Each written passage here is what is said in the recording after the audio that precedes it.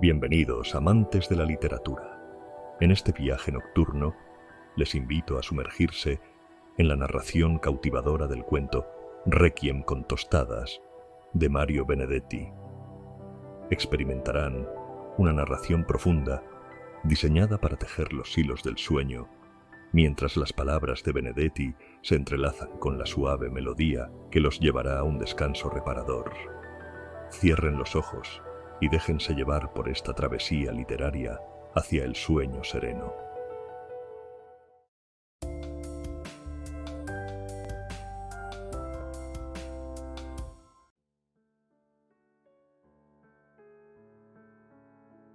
Sí, me llamo Eduardo.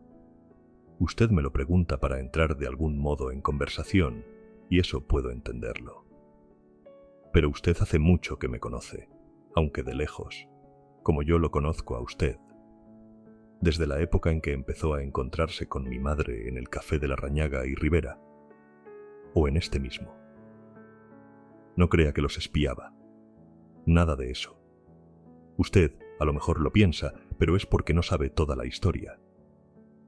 ¿O acaso mamá se la contó? Hace tiempo que yo tenía ganas de hablar con usted, pero no me atrevía. Así que, después de todo, le agradezco que me haya ganado de mano. ¿Y sabe por qué tenía ganas de hablar con usted? Porque tengo la impresión de que usted es un buen tipo. Y mamá también era buena gente. No hablábamos mucho ella y yo. En casa, o reinaba el silencio, o tenía la palabra mi padre.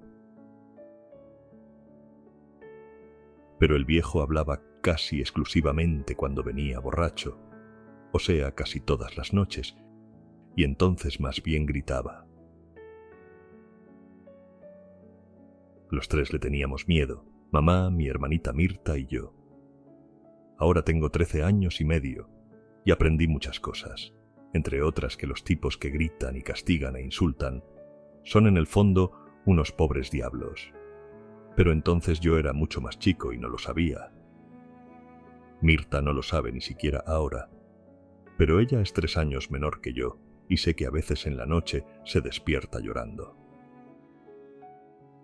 Es el miedo. ¿Usted alguna vez tuvo miedo? A Mirta siempre le parece que el viejo va a aparecer borracho y que se va a quitar el cinturón para pegarle. Todavía no se ha acostumbrado a la nueva situación. Yo, en cambio, he tratado de acostumbrarme. Usted apareció hace 1 año y medio, pero el viejo se emborrachaba desde hace mucho más, y no bien agarró ese vicio, nos empezó a pegar a los 3. A Mirta y a mí nos daba con el cinto.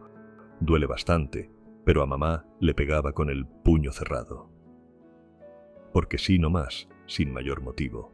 Porque la sopa estaba demasiado caliente, o porque estaba demasiado fría, o porque no lo había esperado despierta hasta las 3 de la madrugada, o porque tenía los ojos hinchados de tanto llorar. Después, con el tiempo, mamá dejó de llorar.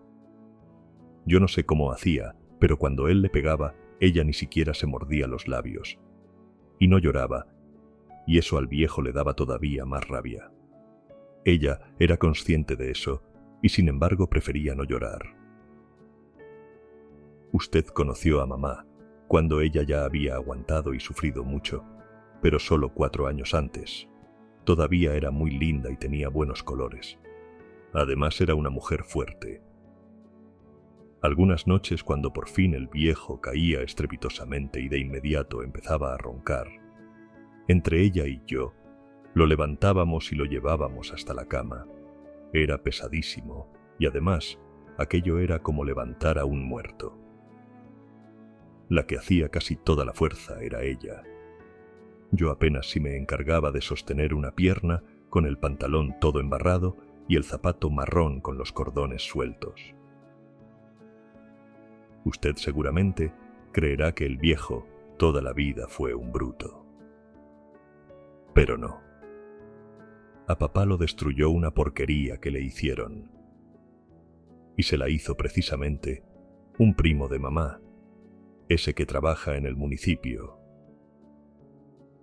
Yo no supe nunca en qué consistió la porquería, Pero mamá disculpaba en cierto modo los arranques del viejo, porque ella se sentía un poco responsable de que alguien de su propia familia lo hubiera perjudicado en aquella forma.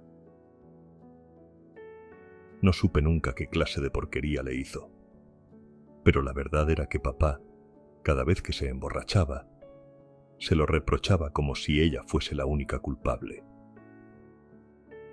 Antes de la porquería, nosotros vivíamos muy bien. No en cuanto a la plata, porque tanto yo como mi hermana nacimos en el mismo apartamento junto a Villadolores. El sueldo de papá nunca alcanzó para nada, y mamá siempre tuvo que hacer milagros para darnos de comer y comprarnos de vez en cuando alguna tricota o algún par de alpargatas. Hubo muchos días en que pasábamos hambre, si viera qué feo es pasar hambre, pero en esa época por lo menos había paz. El viejo no se emborrachaba, ni nos pegaba, y a veces hasta nos llevaba a la matiné, algún raro domingo en que había plata.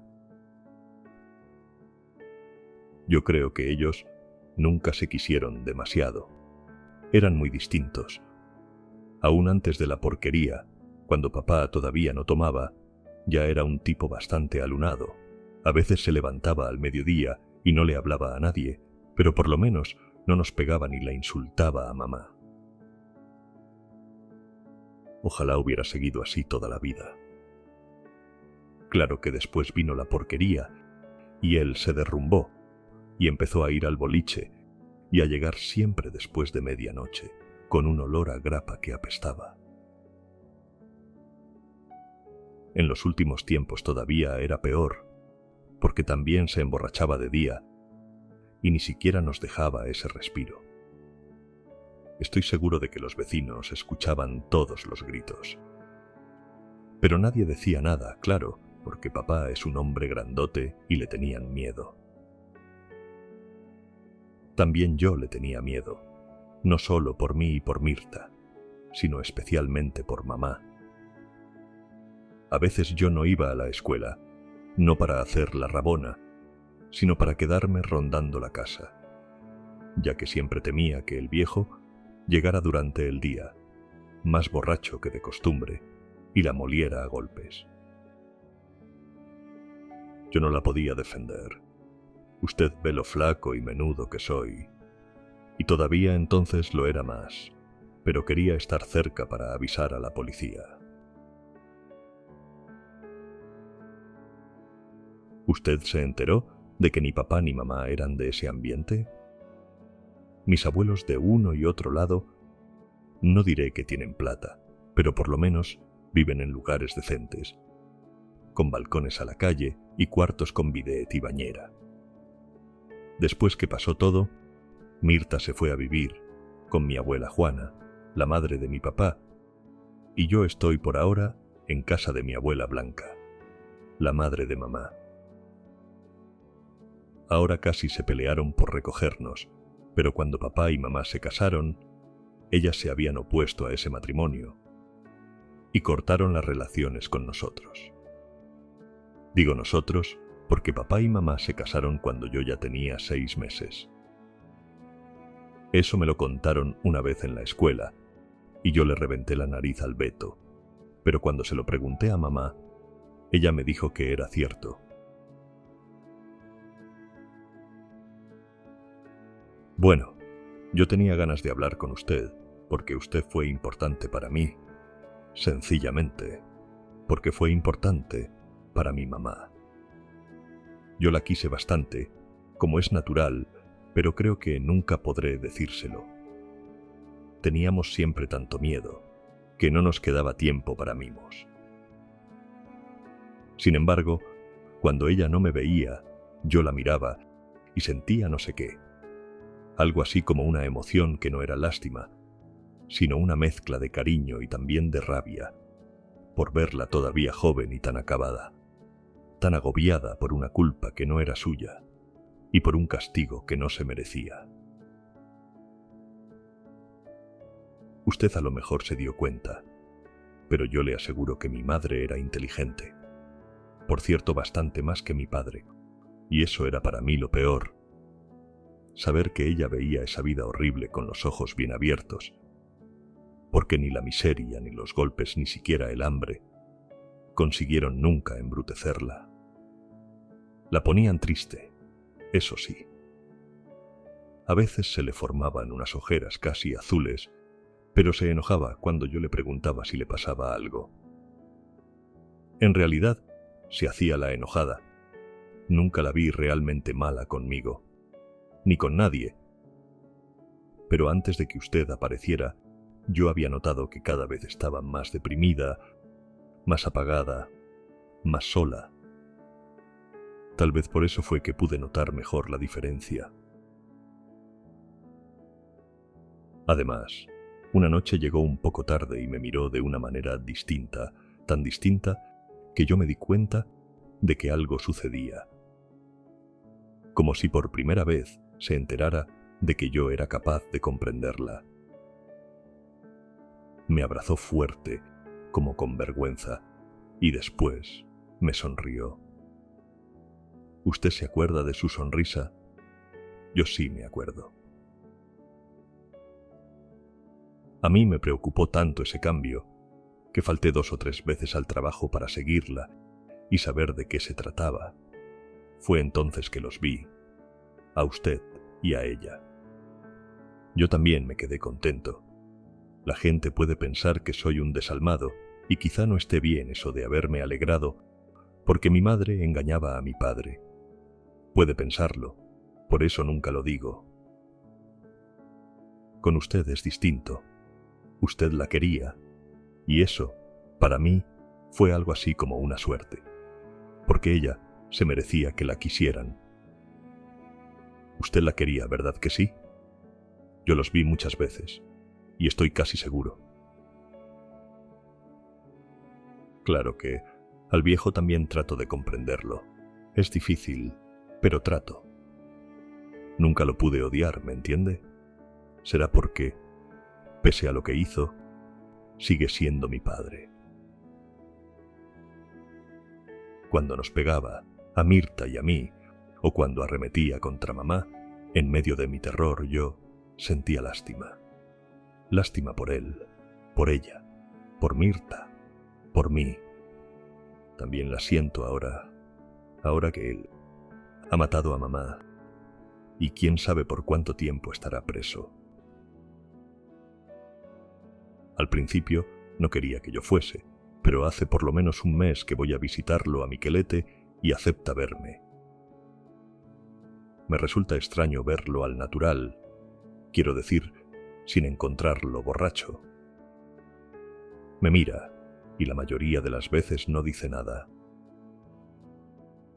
Yo creo que cuando salga ya no me va a pegar. Además, yo seré un hombre. A lo mejor me habré casado y hasta tendré hijos. Pero yo a mis hijos no les pegaré, ¿no le parece? Además, estoy seguro de que papá no habría hecho lo que hizo si no hubiese estado tan borracho. ¿O usted cree lo contrario? ¿Usted cree que de todos modos hubiera matado a mamá esa tarde en que, por seguirme y castigarme a mí, dio finalmente con ustedes dos? No me parece. Fíjese que a usted no le hizo nada. Solo más tarde, cuando tomó más grapa que de costumbre, fue que arremetió contra mamá. Yo pienso que, en otras condiciones, él habría comprendido que mamá necesitaba cariño, necesitaba simpatía, y que él, en cambio, solo le había dado golpes.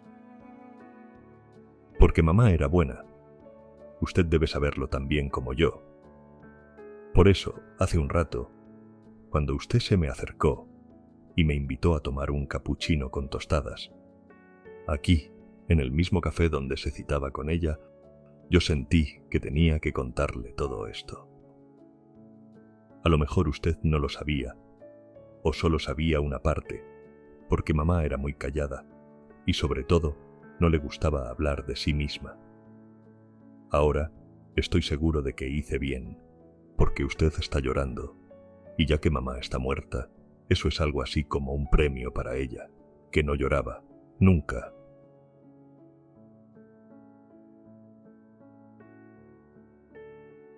Y así concluye esta cautivadora historia escrita por el gran Mario Benedetti.